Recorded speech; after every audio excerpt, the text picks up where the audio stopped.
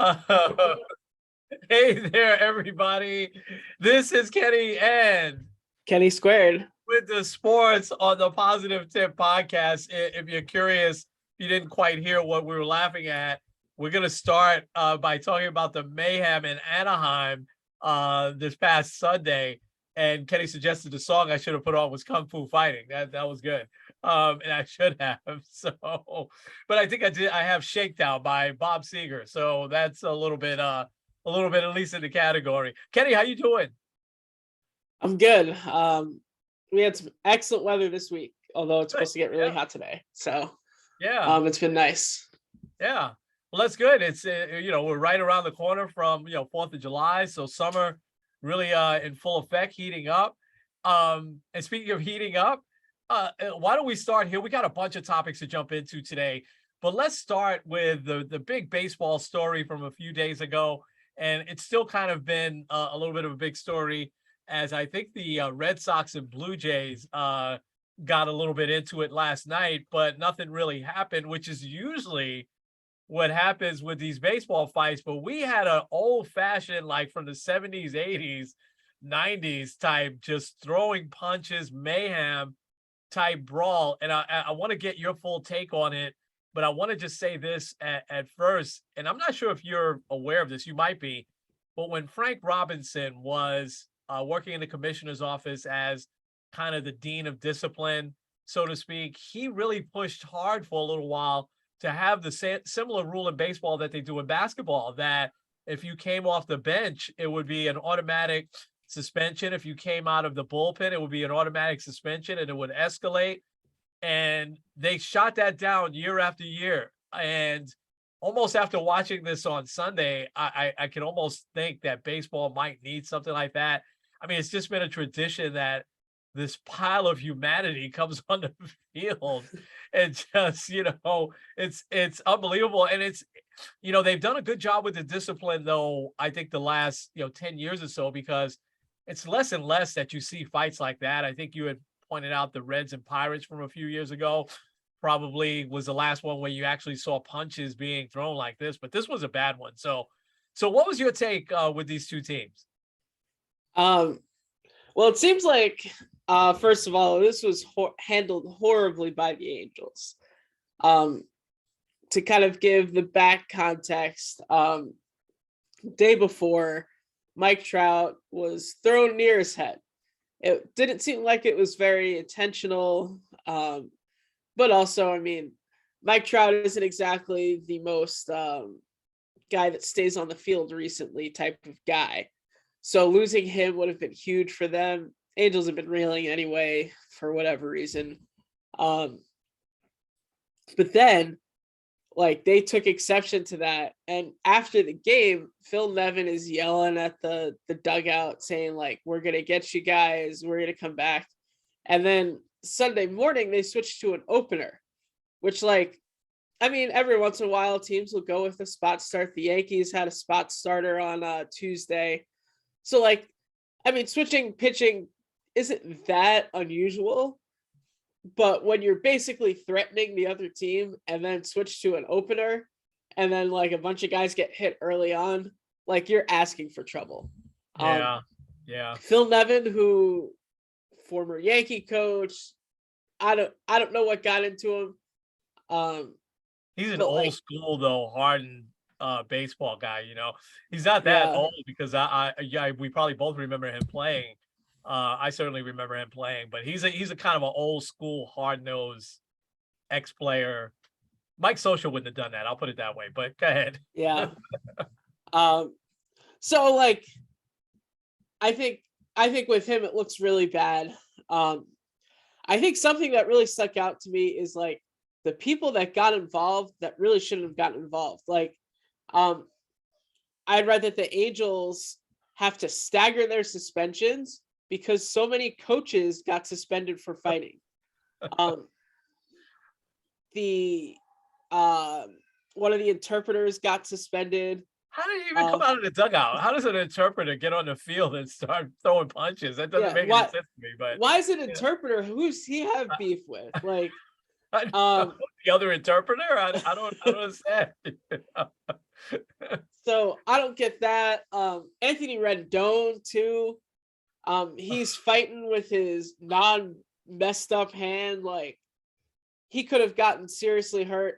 There was Yeah. an Angel Archie Bradley. Oh, As the benches are clearing, he jumps over, fractures his elbow. uh, I don't know. Like, to me, the Angels didn't handle this very well.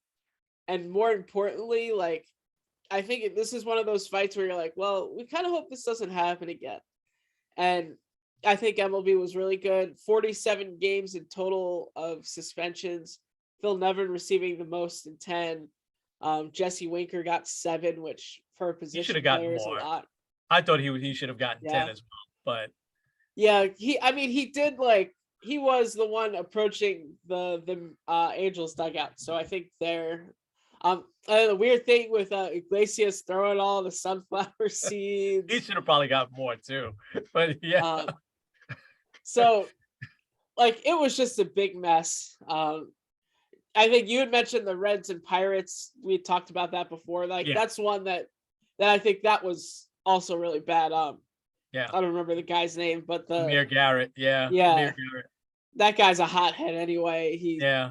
storming the Pirates dugout. Like, to me, anytime you're storming the other team's dugout, like, you deserve a lengthy suspension. Nothing's good. Nothing good is going to come out of it. Yeah. And so let me go back because I want to ask you a few things. So baseball still always has these kind of unwritten rules, right? You and I have talked about this a lot. Some of them are valid, some of them are not. I do think that if a pitcher is purposely throwing at your best player, right, then I think you should probably retaliate and throw at, their best player. The trouble is, I mean, number one, you put an opener in there, and you already threw at one of their best players in Rodriguez, right? Their young up and coming star, and you didn't hit him, but they didn't hit Trout either, and so it should have been done then. Yeah. And this is where I thought the Angels were more. I agree with you. But then you throw at Winker's definitely their best player. Then you throw at him, and he's a hothead anyway. He's gotten into it with the Met fans and other fans and everything like that. He's a trash talker. It's almost like he should be a football player or something, But taking a step back, when you think about these unwritten rules, it takes, for me, it takes the team out of, they lose track of, winning the game. And, when you put in an opener like that, and you could see, and I was so glad you showed me that video, that guy wanted nothing to do with the brawl. He totally put his hands up when Winker approached him. He didn't want anything to do with it. He's like, they made me do it. I think that's what he mouthed. Yeah. They made me do it. So what's your take still on some of these? They seem to happen a little bit less these days, some of the unwritten rules, but they still happen every once in a while. Like Buck Showalter really hasn't retaliated. He only retaliated the one time with the Cardinals, and the Mets still lead the league and guys getting plunked, left and right. But I don't think he would have, even though he's an old school manager in Socios, I don't think they would have never done that, change their rotation up. I mean, what are you saying about you wanting to win the game then? And just so that you can have some retaliation, some retribution. The retribution should have been, hey, win that game, and then we'll see you up in Seattle, whatever. What are your thoughts on just the overall old school things? And I want to get your take on some of the participants in the brawl. And it sounds like you agree with me a little bit that I think the Angels are just a really dumb team. But what's your thoughts on some of this old school stuff and this unwritten rules? Yeah, like, I think it depends on the reason by a hit by pitch. Because to me, if it's completely intentional, you have every right to retaliate.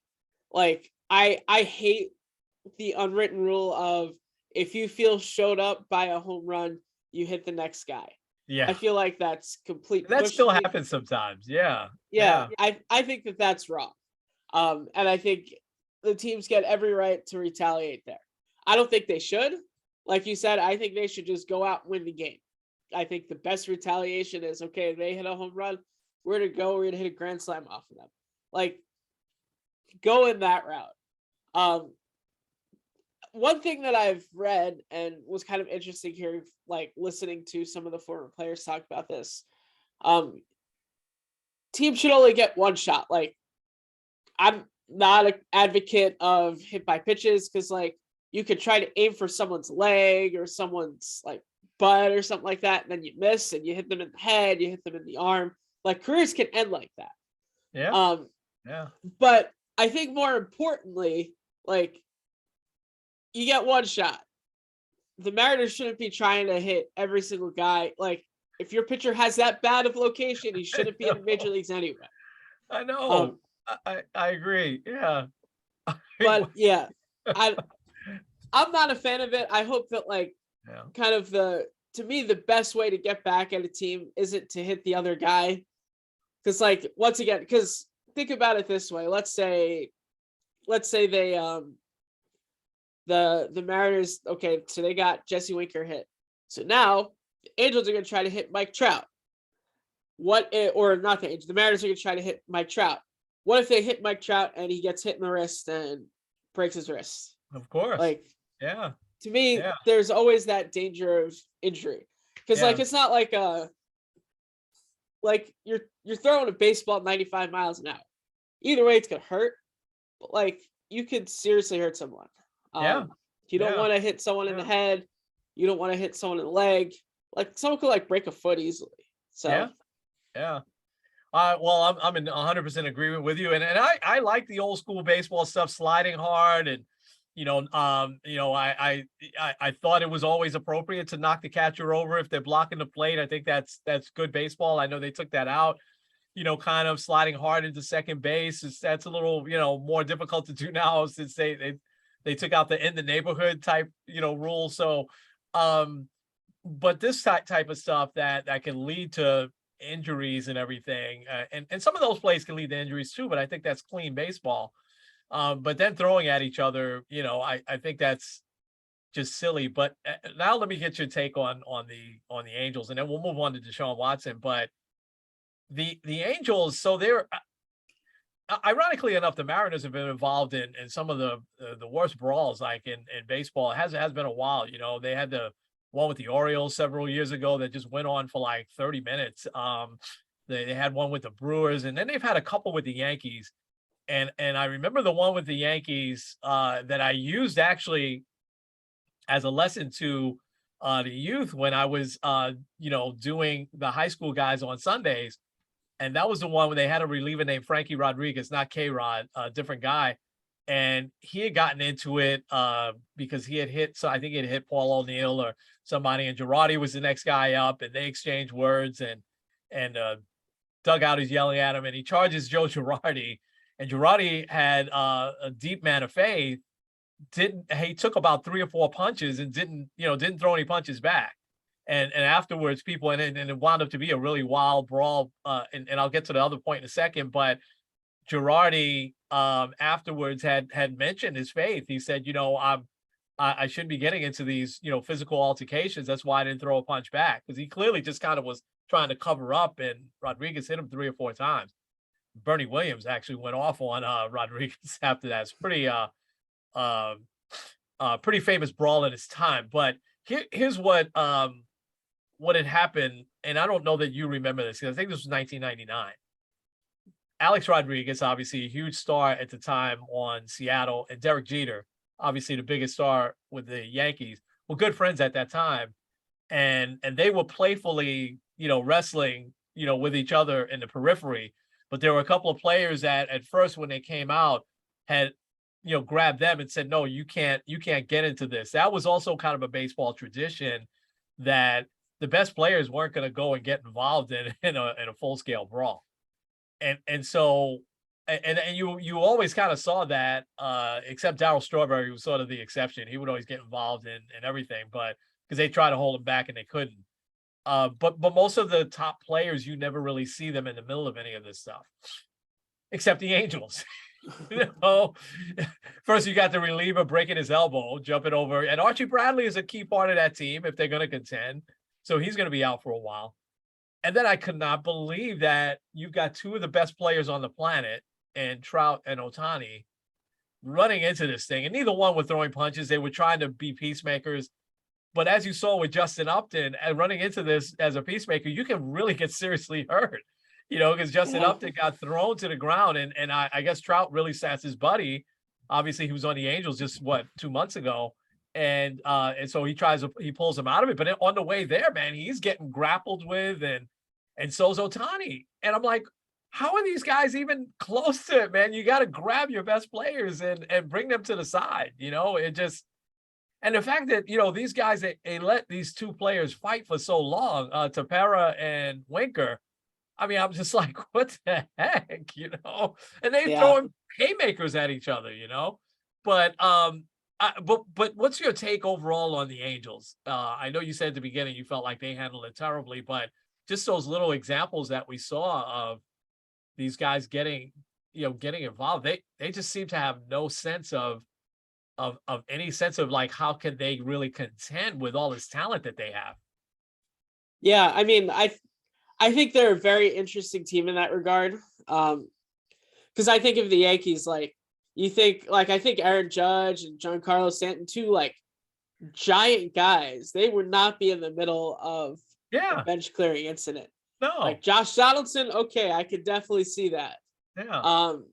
But like, especially those two guys, Garrett Cole, who I feel like can be kind of fiery at times, he's not going to get in the middle of something like that. I don't know. The Angels seem to continue to like perplex me. Like they should be like, you literally have two former MVPs on your team. You have a guy that easily throws 100 miles an hour. Like this team should be a lot better than they are. And for a while, like, remember that graphic of, well, both the LA teams and the New York teams are in first place. It's the first time ever. Yeah. Like since that graphic, it seems like they've been absolutely awful. Yeah. And I don't know if it's a management thing, because like Mike Trout, he's a great leader. Ohtani seems to really be embracing the role that he's kind of become into. Rendon seems to get hurt left and right, but he's still he's at least on the bench. A lot of guys that get hurt aren't on the bench. But like, it just doesn't make any sense to me. And like, I even think of the whole thing with Joe Madden. I don't know if you've heard this story. They were at 12 games in their losing streak. Joe Madden wants to motivate his team, so he shaves his head to get a mohawk. Ironically, that's the same day he gets fired. So his team never saw it. Yeah. Wow. Yeah. Oh, because like also the manager or the general manager came to his house and fired him at his house, which I just picture that very interesting, because like imagine like knocking on the door. Oh, interesting mohawk. I don't FYI, you're fired. I don't know if that's a personal touch. I don't understand that. I guess it's better than firing Willie Randolph in the middle of the night by phone. Last quick point, because you brought this up. You're probably talking about Noah Syndergaard. He's another one that all of a sudden has gotten really dumb. How is he in the middle of this? And he's throwing punches. He's on the bottom of this pile. After he's finally pitching well again with Tommy John surgery. How do you let yourself get into this? And I know a lot of it is just reacting, And Tepera is their eighth inning guy. He's been an excellent reliever for them. How is he in the middle of this? So, I mean, these are guys that are so important to that team.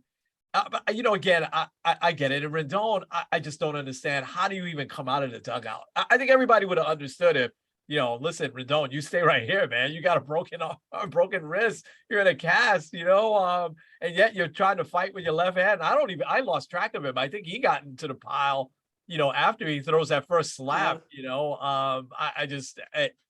the Angels, if I was an Angels fan, I would be very, very, very perplexed. But it'll be interesting to see what happens. Hopefully there's nothing else, no more retaliation and silly stuff. But those two teams definitely don't like each other.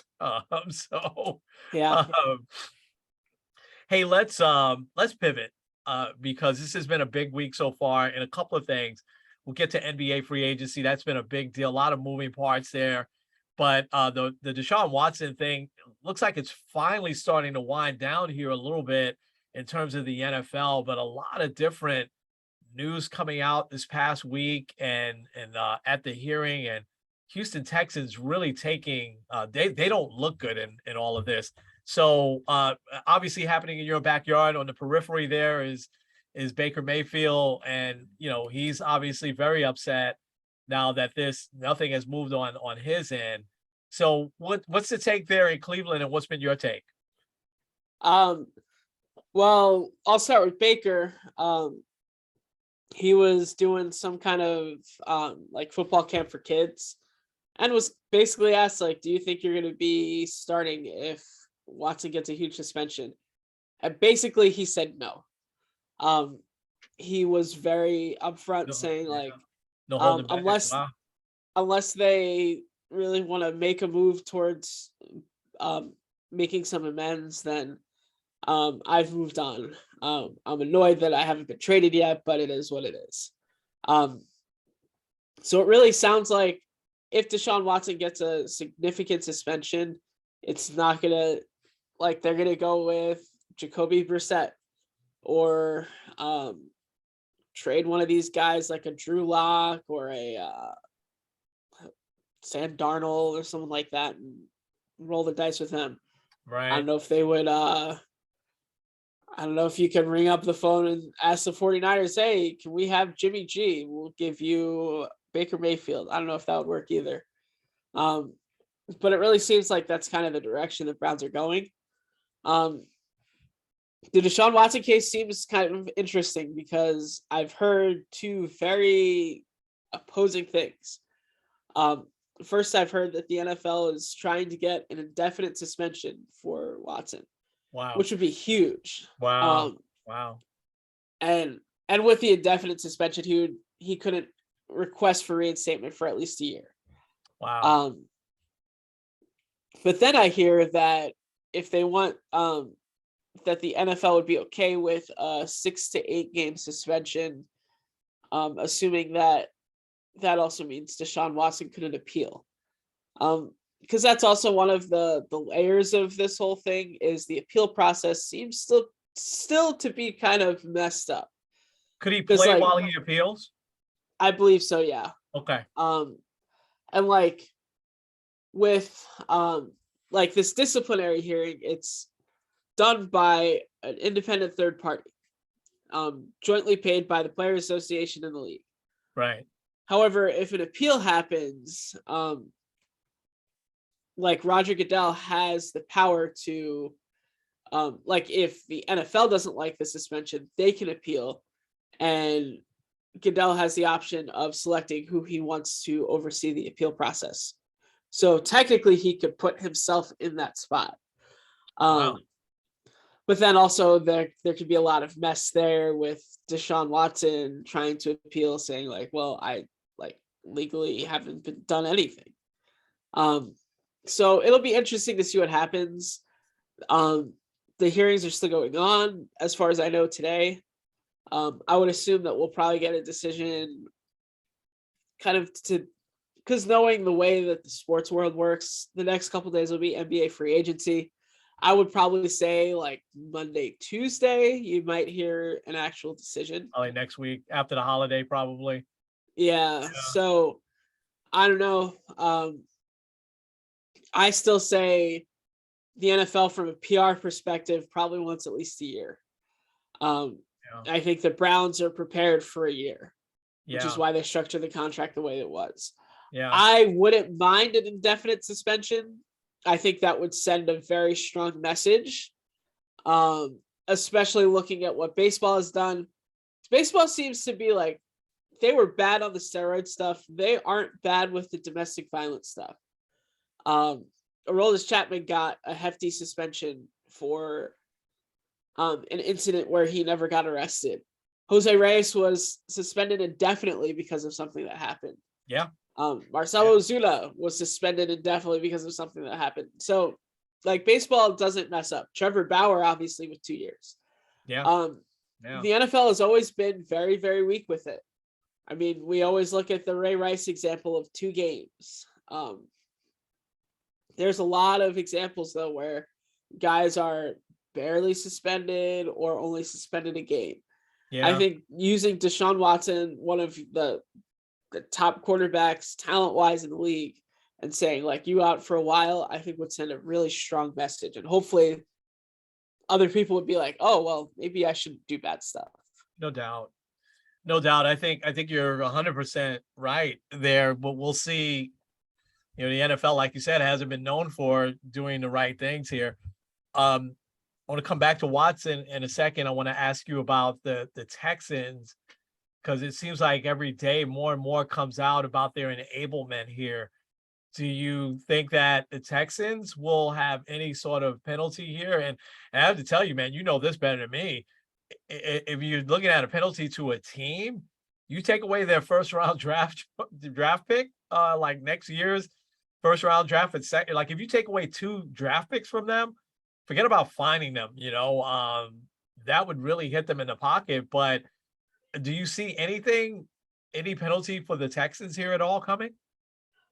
Um, I think they're going to be very careful about doing like a full thorough investigation, but I think you will eventually see something. Yeah, Um, to me, what would work the best is taking away the draft picks that they got from the Browns. yeah, Um, that's a lot of draft picks, so I don't think they would do that. But I think at least taking away a first rounder, I think the max you can find is $5 million. I don't think they would yeah. go that far, but hopefully they would, Not gonna do because it anything. does seem like they Yeah, they definitely played a huge part in this, and yeah, it doesn't. Once again, it kind of can send that message because there's probably other teams that enable negative behavior like that or try to cover up negative behavior, and I think it would say like, no, we can't stand for this. yeah. What's hard about that is that Goodell works for the owners. And Yeah, so, for him to look the owner of the Texans in the eye across the table and say, "Hey, we're taking away your top draft picks for the next 2 years." Imagine that if they took away their number one draft pick the next 2 years because, where were you guys on this? And how did you guys book all these rooms? And how did you guys have these non-disclosure agreements that were drawn up with your signatures, the team logo and everything on there, almost like you were endorsing this type of behavior. It's ridiculous. So, and I'm not saying, listen, they're responsible for Watson's actions. Watson's responsible for his own actions. But there should have been someone that stepped in and said, hey, and maybe there was, and it'll come out and said, hey, we got a problem here. What is, this is starting to, they had to have heard something before the public did, probably after the first, complaint. And maybe the first complaint, they're like, oh, maybe something else. But after the second, third, fourth, fifth, you know what I mean? All of these, yeah, that had to get to the team first. It's just a bizarre case. And so Watson, um, still to me, I think, legally now, I think there's still like 4 ladies that haven't settled yet. yeah, And I'm wondering why that is, and what they're seeking. Are they, just going to look to, every once in a while, such as in the Cosby case, you have people that don't care about the money that yeah. say, listen, I want this person, prosecuted or whatever. And maybe they have other evidence, and I don't know the law there. Could they prosecute him again or charge him again with something different? I don't know, but I find that interesting that there's a few that are still holding back here. And so I guess here's my last question for you. Is there any change in the tide there in Cleveland at this point, with Watson? Because it sounded last time we talked that there were a few, famous people that had spoken out. I think Jim Tomey's wife turned in her season tickets, and maybe there were a few others.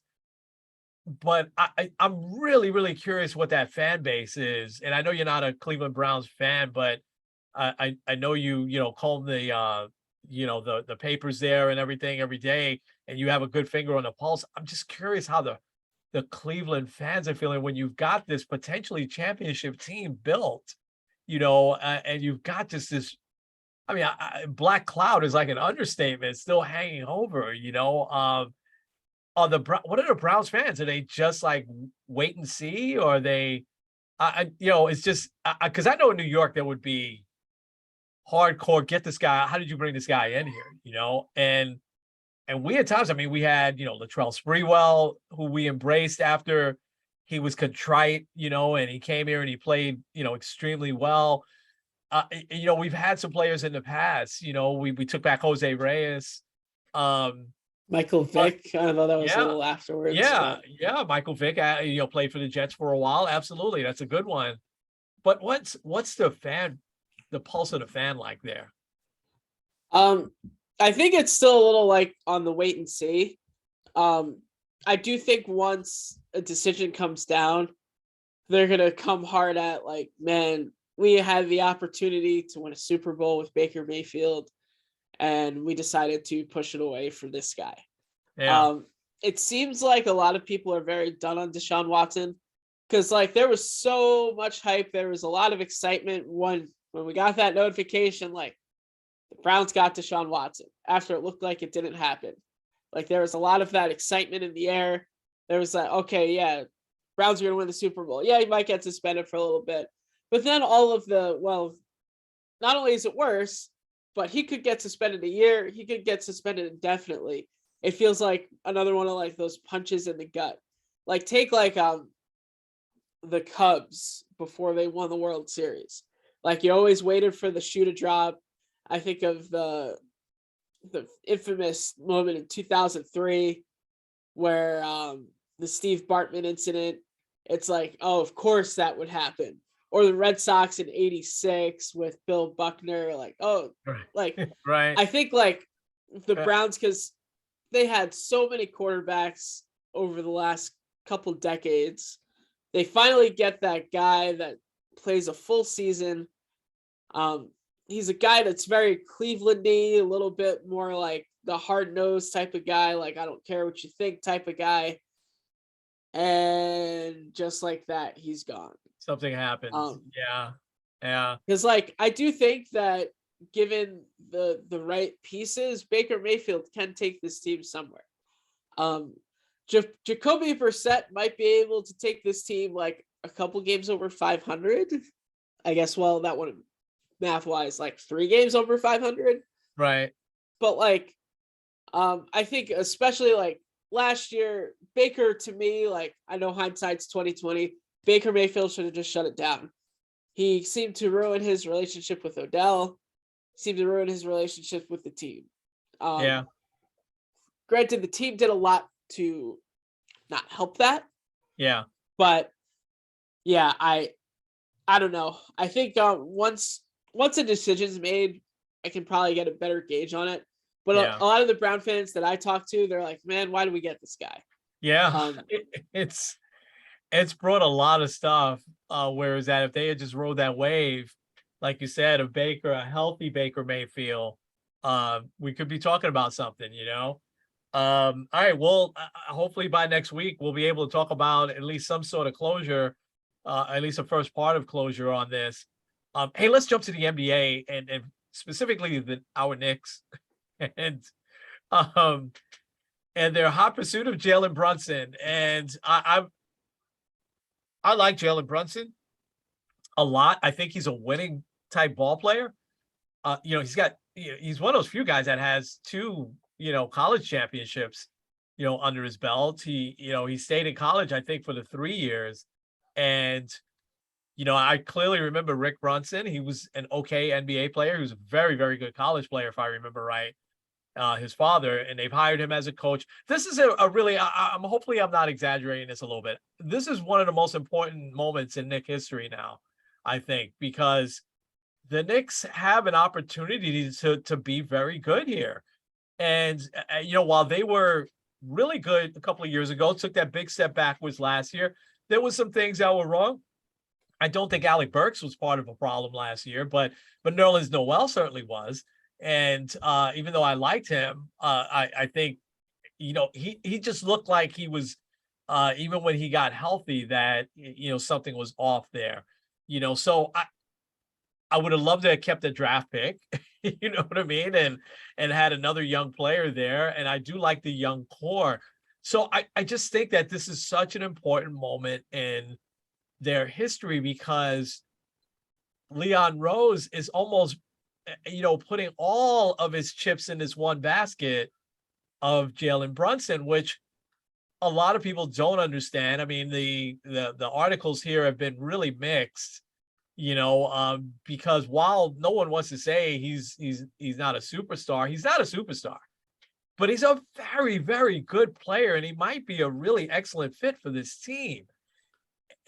But there's also now Bradley Beal out there, who I would throw all of my eggs in the basket to land this star, even if that meant a sign and trade and maybe Julius Randle going down to Washington and Beal coming here.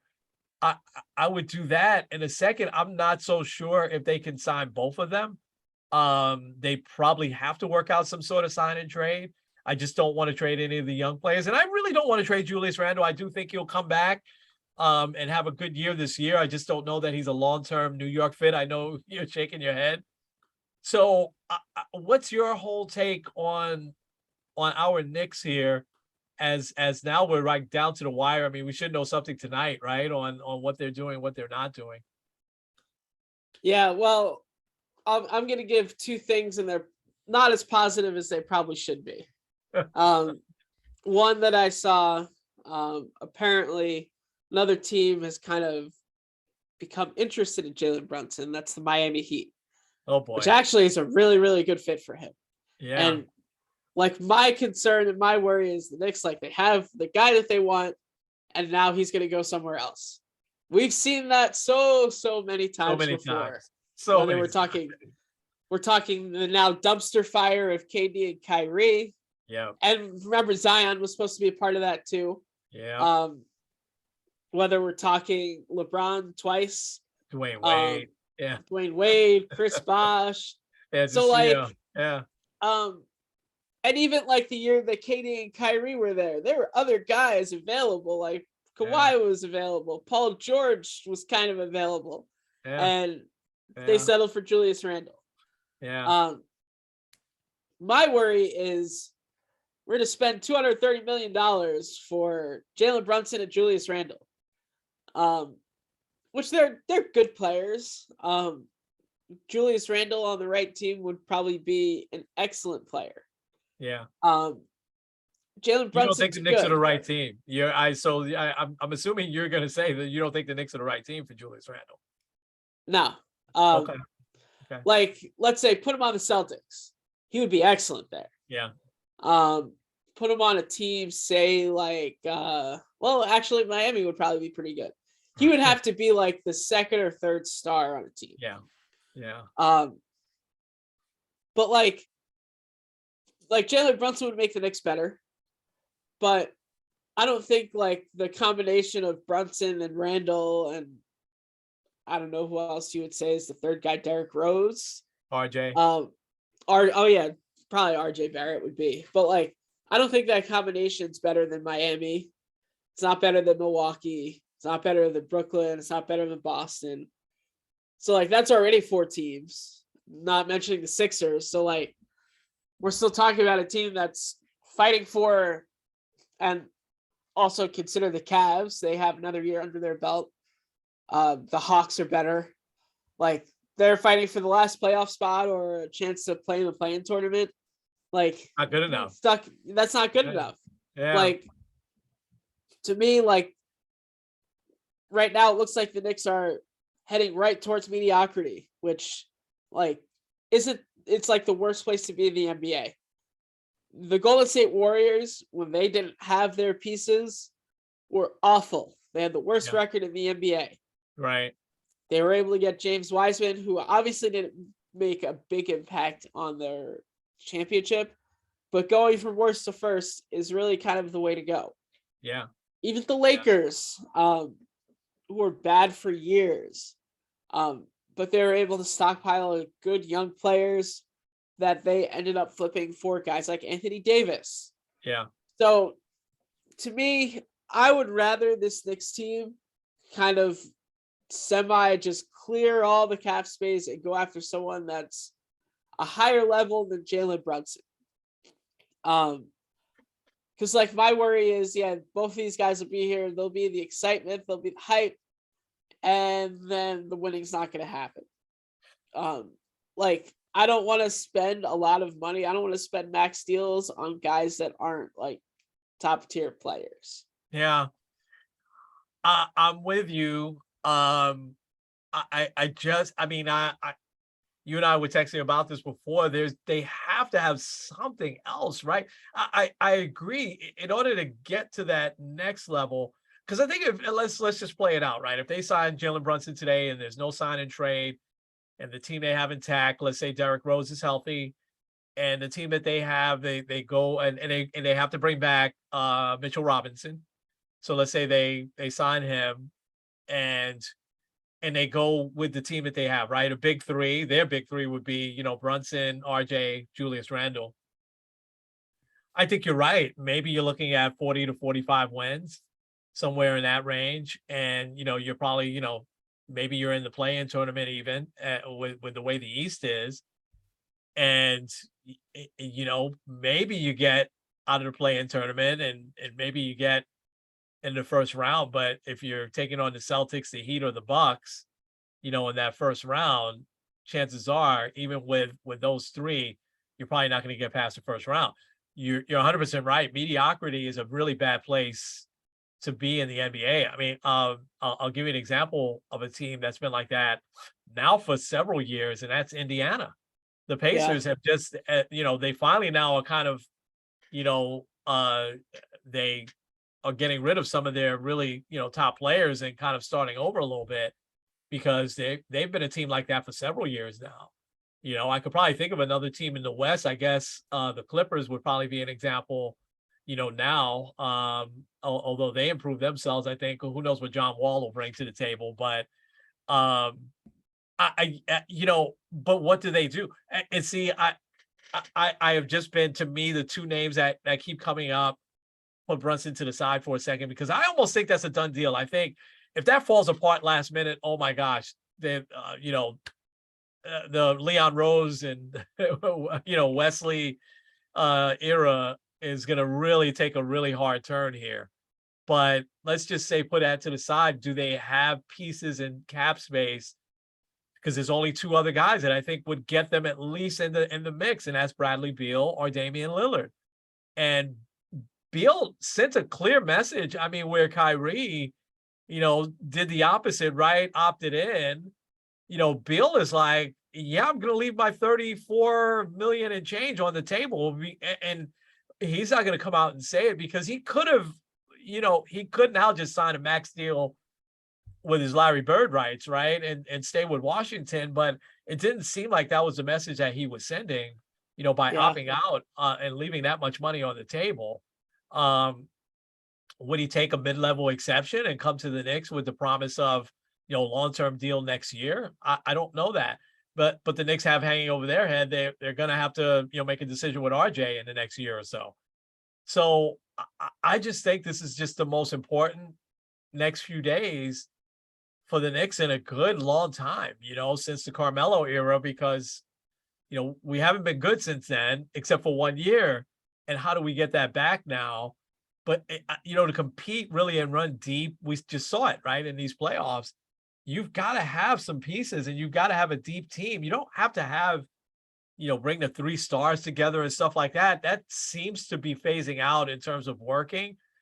And I think the Knicks have a good foundation with their young players now, but now what's that next step? How do you take that next step? How do you prevent from going backwards? I think Brunson's a good start, but you've got to add somebody else. But how do they do that? I just don't know. Yeah. And you kind of look a lot of the championship teams. Usually you have to draft a good guy, you have to sign a good guy, and you have to trade a good guy. Like you look at, say, the Lakers aren't a great example of that. I think of the Bucks. Like they drafted Giannis really well. They traded for Drew Holiday. They didn't really signed like a big time agent, but our boy, whose name is escaping me right now, was big in the finals last year. Um, Who's that? PJ Tucker? No. no, former Nick guy, Oh, big man, Bobby Portis. Bobby Portis. There we Yeah, go. yeah, So like a lot of times that's kind of how a lot of teams, obviously the Warriors are kind of the exception, but even you look at the Cavs, 2016, LeBron was signed, Kevin Love was traded, Kyrie was drafted. A lot of times like that's kind of one of the formulas. And yeah. I don't know, RJ Barrett seems to be that guy that they have drafted. He might end up being the guy that breaks what I've heard is the Charlie Ward curse. Last guy that signed a second rookie deal or a second deal after his rookie contract, drafted by the Knicks for the Knicks. You got to sign him though, don't you? Absolutely. He's improved every year. I see him just continuing to get better. And he's a very unique player because he's left-handed. But that's the other thing that's going to be a little odd too. You got 3 left-handed guys.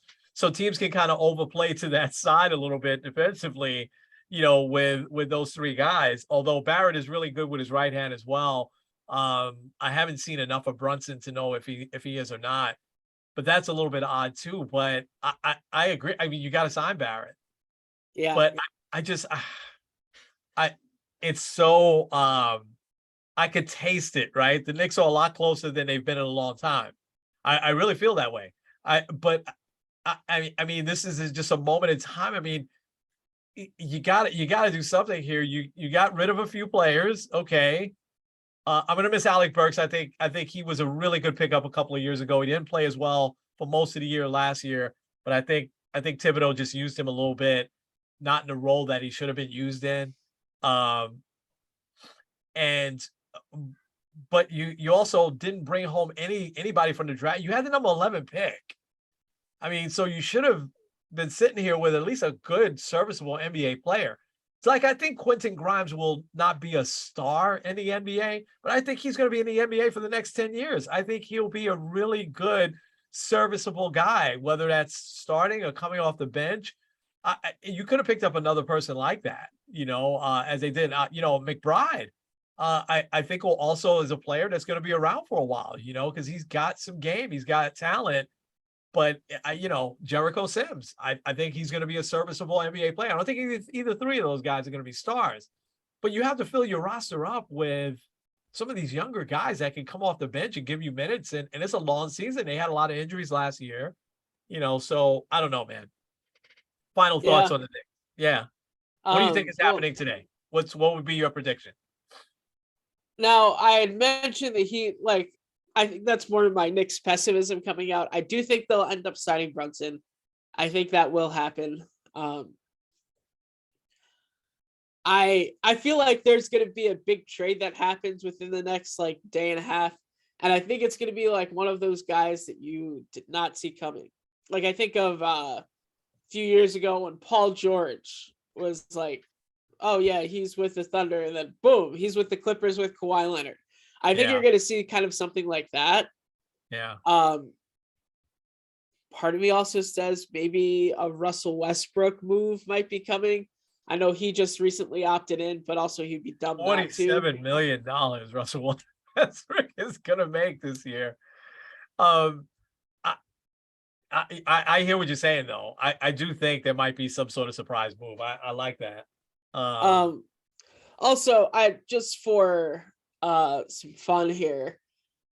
People drafted 11th overall. Just here's a few just notable players. Doug McDermott, which is kind of an interesting one. He's been kind of a bust. Miles Leonard, who's been decent. Jared Bayless, he's okay. JJ Redick, who's great as a commentator. Our boy Jared Jeffries. Jared Jeffries was a serviceable player for a lot of years. Yeah. But I'm gonna give 2 names that were drafted 11 that obviously the Knicks traded away their pick. I don't understand the Knicks draft still. It still doesn't make any I still sense don't to me. either. Yeah. But Klay Thompson, I think he's been pretty good. Wow. And Shai Gilgeous-Alexander, SGA. Guy. He's really good. He's good too. So yeah, those were guys. You never know. You never know who you're going to get at number 11. I mean, listen, there's a nucleus there with Obi. I don't know. You could have added another young guy to that nucleus, even if they're not a star.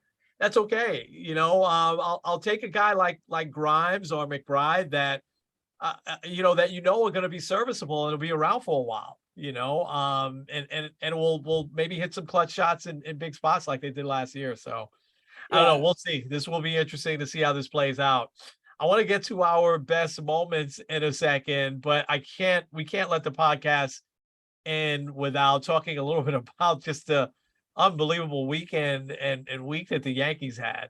It was just one of the most interesting, 4-game stretch there. And now they're just pounding on Oakland, as well. So, but the Astros, they had a day off here in New York and they go and they beat the Mets a couple of straight games as well, which was a great game yesterday. Really excellent game yesterday. And, I love seeing a 0-0 game going to the ninth inning. I'll take that every once in a while, because that was a really Verlander is just amazing. I mean, Yeah. at what is he, 39, and he has Tommy John surgery at 37, and he comes back and he's still throwing like 98 miles an hour in the eighth inning yesterday. He's amazing. He's just an amazing pitcher, walking right into the Hall of Fame, in my opinion. Oh Champion, yeah. champion with one team, got to the World Series and with the Tigers and has performed on the big stage. But anyway, what a series that was with the Yankees and Astros. Let me give you the space. Recap that series, for us. I've seen some people taking this series as the Astros are the better team. That is not what I take from this series. I say that the Yankees played dreadful. Even like in their 2 wins, they really didn't hit very well at all. But yet they still split this series with the Astros. And I think that says a lot about the grit in this team. Because like last year, this would have been a sweep, or it would have been losing 3 out of 4. Absolutely demoralizing to a team that's in first place and a team that kind of still needs to get the Astros off their back a little bit. But Aaron Judge, completely different player, I think, this year from years past. And especially in these late situations, because I feel like last year and previous years, when he came up in a big spot, especially in the ninth inning, you were kind of expecting a strikeout. Now, I know like the numbers don't say he struck out every time, but like you kind of have that feeling. This year, it's like, he's doing something, whether it's he's getting intentionally walked because people don't want to pitch to him, or he's hitting a home run. In fact, he hasn't hit a walk-off hit of any kind until this year. So I don't know what it is. I love it. I hope that he stays here forever and doesn't pull a Freddie Freeman and regrets leaving. Yeah. We could talk about that maybe next week because there's a lot more to that story. That was really interesting. Maybe we need to get Mike on for that. That's such an interesting story. But yeah, go ahead. But also, like, I think of this team as, I hate using this example, but it fits really well, the 2004 Red Sox. In order for them to get over the hump, they needed to beat the Yankees. Right. Or I think of the 2016 Cavs. Like, in order to get to the finals, like, they had to do it in quite the historic fashion. Yeah. And, like, I think the Yankees, if they're going to make the World Series, obviously I think this is going to happen anyway, because it seems like the Yankees and Astros are clearly 1-2 in the American League. On a collision course, yeah. Yeah. Like, they got to do it in October. Yeah. They actually, Yankees and Astros play a makeup game today. It's a really? lockout makeup game. So okay. One gamer in Houston. It'll be interesting. It's in Houston? Yeah. Wow. Even though the Astros are still here in New York, they had to fly all the way to Houston to play one game. Wow. Okay. Yeah, and the Yankees also were in New York too. So yeah. That's silly. Yeah, but okay. So, but yeah, makeup game in Houston. Because they were one of the, I think it was the second series of the year. They got canceled because of lockout. Right. So they play here, and then they play like right after the All-Star break, they play a doubleheader. Oh boy. So that'll be fun. That'll be fun. Yeah. But bottom line, like, the Yankees aren't playing their best baseball. The pitching has been kind of meh the last couple of weeks. but they're still winning games. They have the 6th best start in Major League history through 75 games. Amazing. 55 Yeah. and 20. They won yesterday. So Yeah. I don't know. To me, it still says that this team could, even when they're not playing great, can still beat the Astros. Yeah. So hopefully that'll continue to happen. We'll see today. Yeah. I watched, I think, the last 3 innings of the first game that the Yankees pulled out. That was amazing. Aaron Hicks, I mean, where's he been all year? And he hits a Right. 3-run homer in the 9th inning to tie it. And then I just knew Judge was going to come through there. I'm like, and especially when it went 3-0, I'm like, he's going to swing 3-0. I mean, come on, he's going to swing 3-0, and sure enough, he did. And that was fun. I had tipped me off that the no-hitter was happening, and I got to see, the rest of that. And then I couldn't turn on Sunday. I'm like, this can't be happening that there no hit, because I don't think that's ever happened in the history of baseball, right? Where a team's been no hit 2 straight games. It just I was like, it felt like history was unfolding. And then in Yankee fashion, what they do, they not only break up the no hitter, was I think the 7th inning. They broke up the no hitter, but then they go on to win the game, which is amazing. So for them not play that well all weekend, but yet still get a split, shows the amazing team that they are. You found something? Yeah. Yeah. It's interesting. So no team has ever thrown no hitters in consecutive games, but it happened on consecutive days. In May 5th, 1917, Ernie Cobb, the legend of the St. Louis Browns, no-hit the Chicago White Sox. And then teammate Bob Groom repeated the feat in the 2nd game of a doubleheader the following day. What? So. Oh, okay. So there was a game in between. Yeah. But consecutive days. That's interesting. Wow. Okay. All right. That's interesting. All right. Ready to get to our top moments? Number 4. We're at number 4. Our top moments for us. This is just personally, you got pumped up. I got pumped up. I'll never forget it. I remember where I was at. All those things that we talked about last week. So I'll say number 4. Then you do your number 4 and you can wrap us up. My number 4 is the 1979 All-Star game. You remember me talking about this for a lot of times, right? And the Mets through that era were terrible. I mean, they would always have only one player named to the All-Star team just because they had to. And it's a lot of times it would be John Stearns. And you remember John Stearns, not from playing, but being a coach on a lot of teams and managing Toronto. And they would put him in as a defensive catcher in the 9th inning at the end of the game, and he wouldn't even bat. So the Mets, it was rare they got representation, So their one All-Star in 1979 was Lee Mazzilli. And Lee Mazzilli comes up to pinch hit in the bottom of the 7th inning. The American League is winning 6-3, and Lee Mazzilli pinch hitting hits an opposite field in the Kingdome, an opposite field 3-run homer to tie it. Amazing moment, man. I went crazy. I was like, hey, here's my guy. He's my Met. Only Met. Mets were terrible in 79. It was just a moment. And then against Ron Guidry in the 9th inning, he stayed in the game. His second at bat in the 9th inning, the bases are loaded, and he draws a walk against Ron Guidry of the Yankees, and that puts the National League ahead 7-6, and they wound up winning that game 7-6.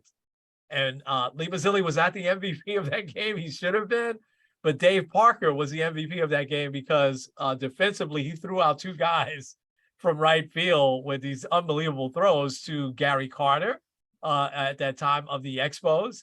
But that was just a moment for me, and it was because in time, so this year All-Star game, I'll be pumped up because the Mets potentially will have Pete Alonso.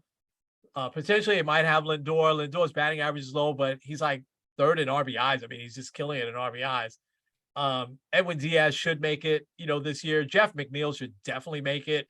So there'll be some Mets in the mix this year. So, last year was just one, and that was Taijuan Walker, and he comes in and he gives up a home run, Yeah, about that. Yeah.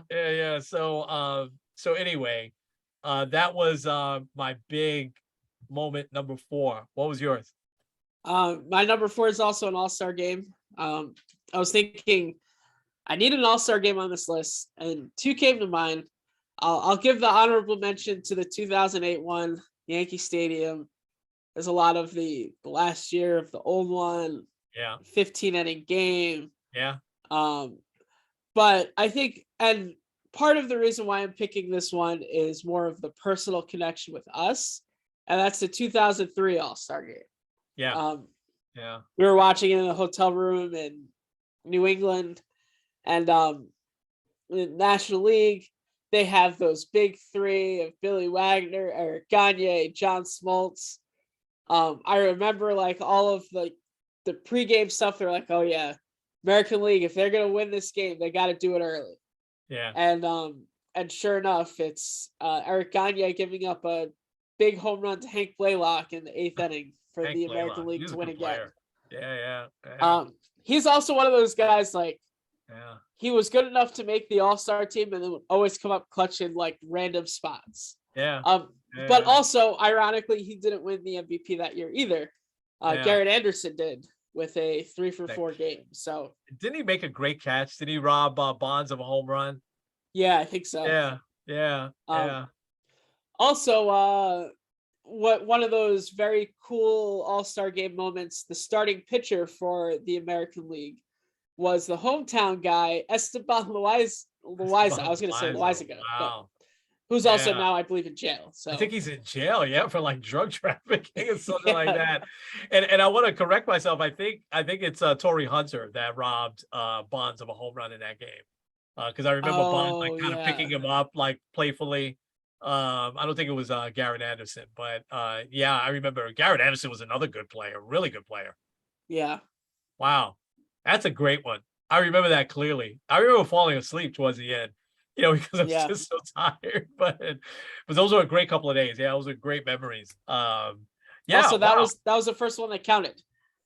That decided on home field. The one that counted, right? Absolutely. All right, man. Take us home. All right. This is Kenny Squared Ed. Kenny. With Sports on the Positive Tip. We will see you guys next week. Absolutely. We should have some big Knicks news, and hopefully we'll have the Deshaun Watson thing resolved, and we'll definitely get a little bit more into the Freddie Freeman story. What a story that is. Kind of just, got put on the back burner a little bit. All right. We'll talk to you later.